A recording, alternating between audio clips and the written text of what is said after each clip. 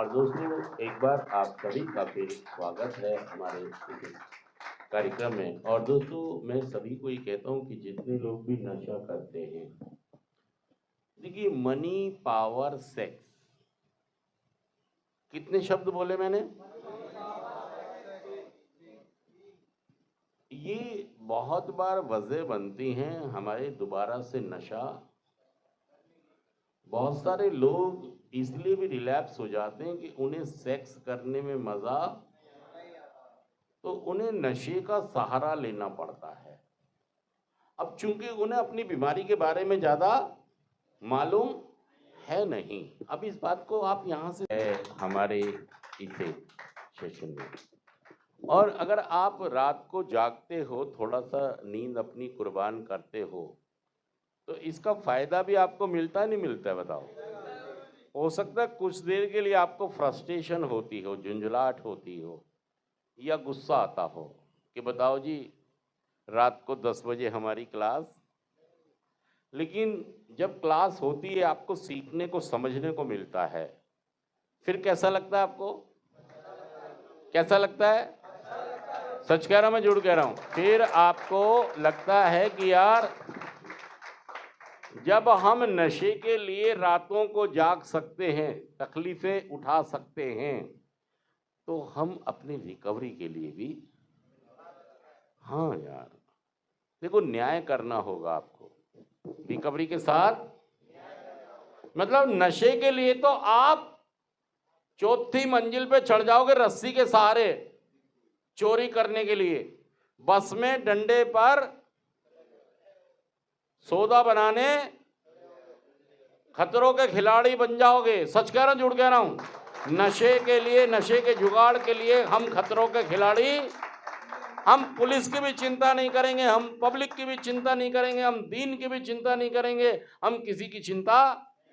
हमारा एक ही टारगेट है, जुगाड़ करो, नशा करो, कैसे भी करो। यही तो करते हम नशे के लिए। मतलब पूरा समर्पण है हमारा, पूरा। हम जान दे देंगे नशे के जुगाड़ के लिए। अरे भाई साहब, कई तो बड़े बड़े रिस्क लेते हैं। हमारी कॉलोनी में तो एक लड़का था, वो चौथी मंजिल पे लोहे की टंकी निकाल रहा था, ढक्कन।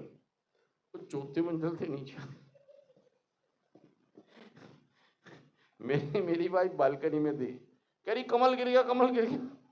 मैंने कहा क्या ऐसे गिर गया, कहाँ गिर गया? मैं भी आया कमरे में से बाहर, मैंने देखा। अच्छा, वो लड़का हमारे सेंटर में एक बार भर्ती भी हुआ था। अब तो वो मर ही गया, अभी पीछे मरा है वो। उसकी नौकरी लग गई थी सरकारी, लेकिन नशा नहीं छूटा था। तो वो डेली वेजर, तो उसने क्या किया, फांसी लगा ली। अभी पिछले साल की बात है। पहले वो दो भाई थे, एक बहन थी, एक मम्मी पापा थे। मम्मी और पापा दोनों ही एमसीडी में सरकारी जॉब में थे। एक भाई था उसका, दो भाई थे वो, और एक बहन। बहन की शादी कर दी, फिर पापा एक्सपायर हुए पहले।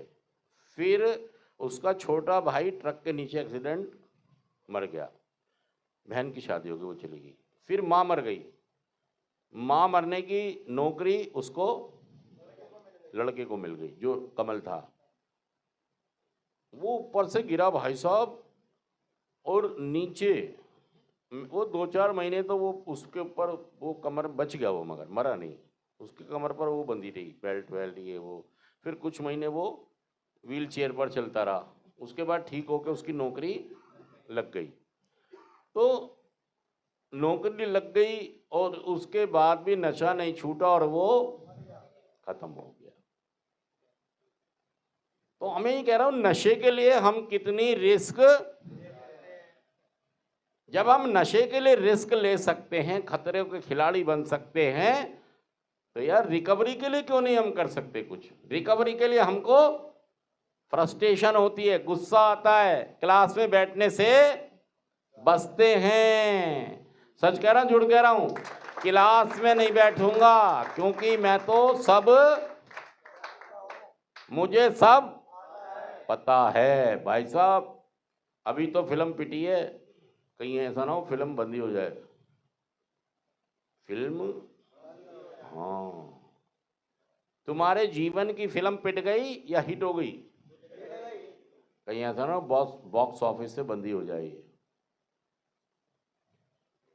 चिट्ठी आई है ऊपर मेरा, अंदर ये ओ ठेके पे जाने वाले। अब पहुंचो ऊपर, अब क्या सदा जाता रहेगा ठेके पे? मौके दे दिए तुझे ठीक होने के। और फिर घर वालों ने कौन सा गाना गाना है? चिट्ठी ना कोई संदेश, जहां तुम इस दिल पे।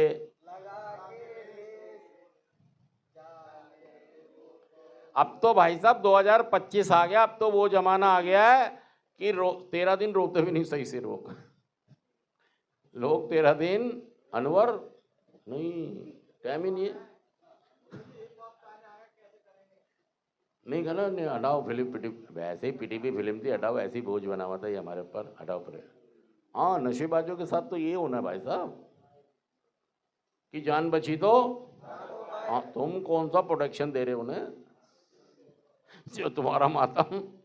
भाई नशेबाज को मैं कहता हूं वैल्यूज बनाओ, जान है तो जहान है और नहीं तो कब्रिस्तान है। सच कह रहा हूं, झूठ कह रहा हूं? और आप कौन सा गाना गा रहे हो? दारू पीऊंगा जरूर, चाय स्मैक पीऊंगा जरूर, गांजा पीऊंगा। अरे भाई साहब, ऊपर वाला भी भाई साहब कह रहा है अच्छा खासा बनाया था मैंने इसे। अच्छा क्या कह रहा है ऊपर वाला? बन गया ये नशेड़ी गजब हो गया।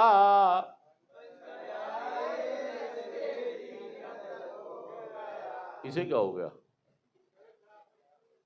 बुखार है इसको ये? अच्छा, वैसे तो ठीक है। अच्छा, नहीं रिलैप्स तो नहीं हुआ ना? नहीं रिलैप्स नहीं। अच्छा, चलिए देखिए दोस्तों, मैं ये कह रहा हूं कि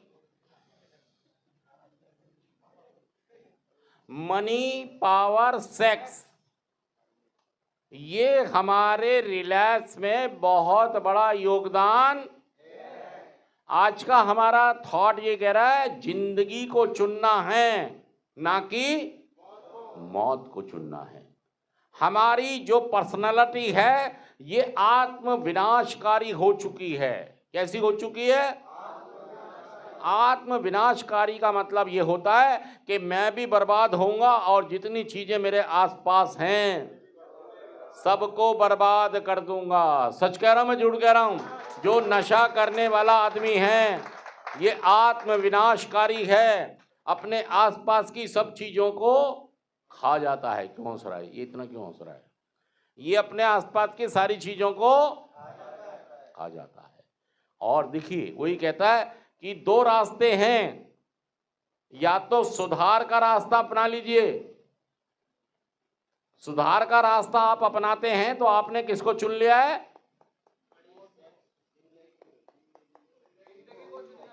और अगर आप सुधार का रास्ता नहीं अपनाते हैं तो आप किसको चुन रहे हैं?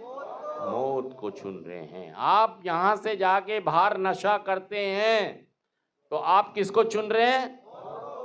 आप जिंदगी को नहीं चुनना चाहते भाई साहब। जिंदगी मौत ना बन जाए। तुम ना संभाल लो कुछ, तुम कह रहे हो हम नहीं संभालेंगे, बनती है तो बनती है तो बन जाए, ये जिंदगी अफसाना। मतलब जिंदगी खत्म हो गई, जिंदगी अफसाना बन गई हमारी जिंदगी।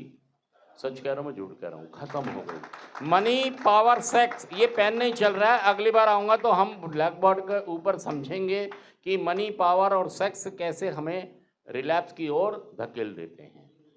हम खुद मत्था मारते हैं रिलैप्स के जाके, खुद हाथ मिला लेते हैं, खुद गले मिल जाते हैं। किससे?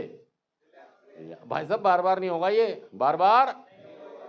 आप दुनिया में सदा के लिए नहीं आए हो, बस कुछ दिन के लिए आए हो, और वो भी आपने, सच कह रहा हूं झूठ कह रहा हूं, आप बर्बादी की तरफ हैं ना कि आबादी की तरफ।